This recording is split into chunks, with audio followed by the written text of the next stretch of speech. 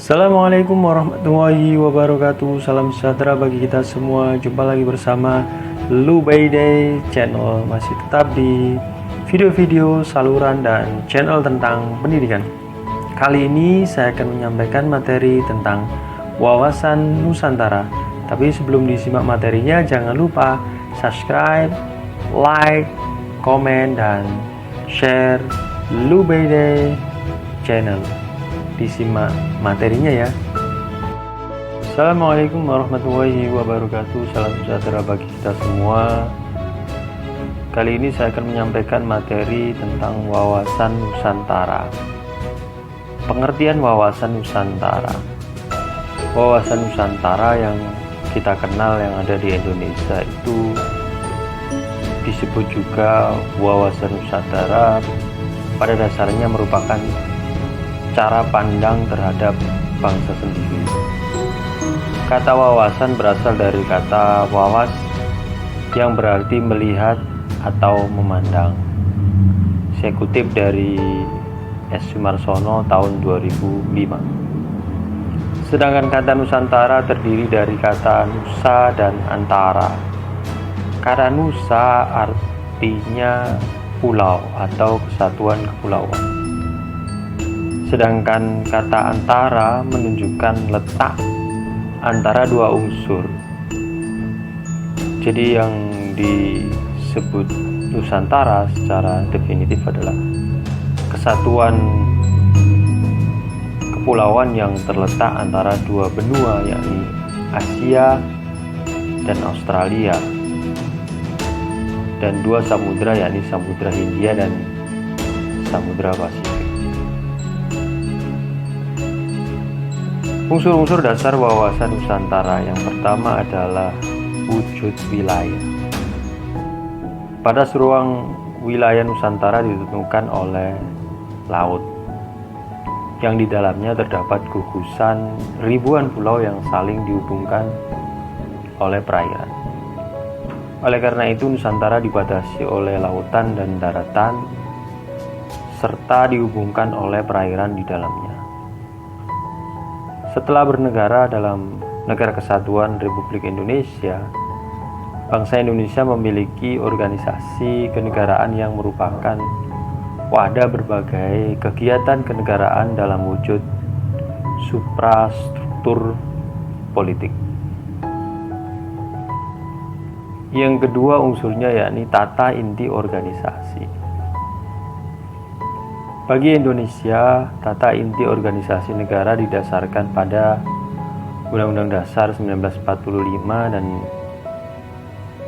Pancasila yang menyangkut bentuk dan kedaulatan negara, kekuasaan pemerintah, sistem pemerintah, dan sistem perwakilan. Negara Indonesia adalah negara kesatuan yang berbentuk republik yang mempunyai sistem presidensial. Unsur yang ketiga yakni tata kelengkapan organisasi.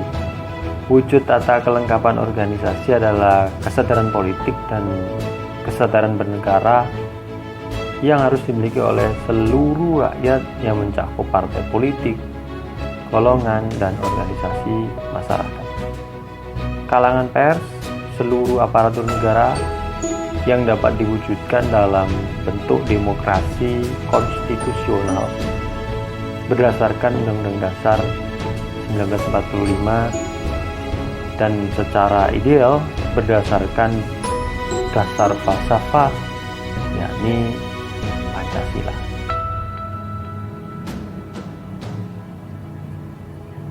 Sedangkan kedudukan, fungsi, dan tujuan wawasan Nusantara ada dua. Yang pertama adalah sebagai wawasan nasional. Wawasan Nusantara sebagai wawasan nasional bangsa Indonesia merupakan ajaran yang diyakini kebenarannya oleh seluruh rakyat agar tidak terjadi penyesatan dan penyimpangan dalam upaya mencapai dan mewujudkan cita-cita dan tujuan nasional. Yang kedua adalah sebagai pedoman persatuan. Wawasan Nusantara dalam paradigma nasional secara struktural dan fungsional mewujudkan keterkaitan hierarkis piramida dan secara instrumental mendasari kehidupan nasional yang berdimensi kehidupan bermasyarakat, berbangsa, dan bernegara. Sedangkan wawasan nasional sendiri adalah merupakan sebuah cara pandang geopolitik Indonesia yang bertolak dari latar belakang pemikiran sebagai berikut. Ada 4 yang saya kutip dari S. Sumarsono tahun 2005. Yang pertama, latar belakang pemikiran filsafat Pancasila. Yang kedua, latar belakang pemikiran aspek kewilayahan Indonesia. Yang ketiga, latar belakang pemikiran aspek sosial budaya Indonesia. Dan yang keempat, latar belakang pemikiran aspek kesejarahan Indonesia.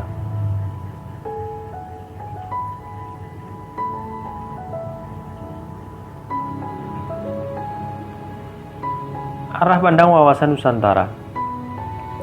Dalam arah pandang wawasan Nusantara dibagi menjadi 2 kategori, yakni ke dalam dan keluar. Dengan latar belakang budaya, sejarah, serta kondisi dan konstelasi geografi, serta memperhatikan perkembangan lingkungan strategis, maka arah pandang wawasan Nusantara meliputi 2. Yang pertama, arah pandang ke dalam, dan yang kedua, arah pandang keluar.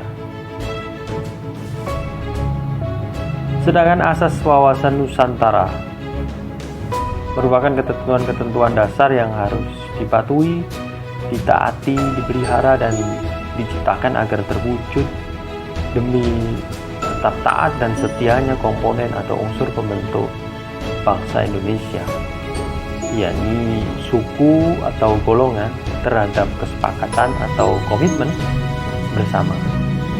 Nah, asas wawasan Nusantara itu terdiri dari 6 poin. Yang pertama, kepemimpinan atau tujuan yang sama.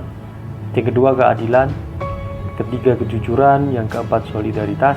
Yang kelima, kerjasama. Dan yang keenam, kesetiaan terhadap kesepakatan.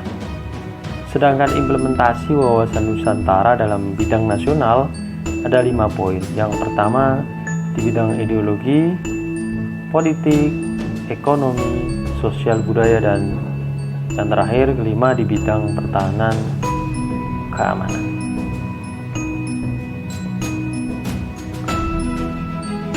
Materi tentang wawasan Nusantara dapat saya simpulkan bahwa dari pembahasan di atas, secara umum wawasan Nusantara adalah bisa dideskripsikan sebagai keutuhan Nusantara atau nasional dalam pengertiannya, yaitu cara pandang yang secara utuh menyeluruh dalam lingkup Nusantara dan demi kepentingan nasional. Berikutnya tentang wawasan Nusantara, yakni berkedudukan sebagai visi bangsa. Visi bangsa sendiri adalah keadaan atau rumusan umum mengenai keadaan yang ingin dicapai. Wawasan nasional merupakan visi bangsa yang bersangkutan dalam menuju masa depan. Demikian materi tentang wawasan Nusantara. Tetap ditunggu materi-materi dari saya dan Lu by Day Channel. Terima kasih dan ditunggu materi-materi berikutnya. Terima kasih telah menyimak materi tentang wawasan Nusantara. Ditunggu materi-materi berikutnya ya. Jangan lupa subscribe, like, komen, dan share Lu by Day Channel. Terima kasih, sampai jumpa. Dadah.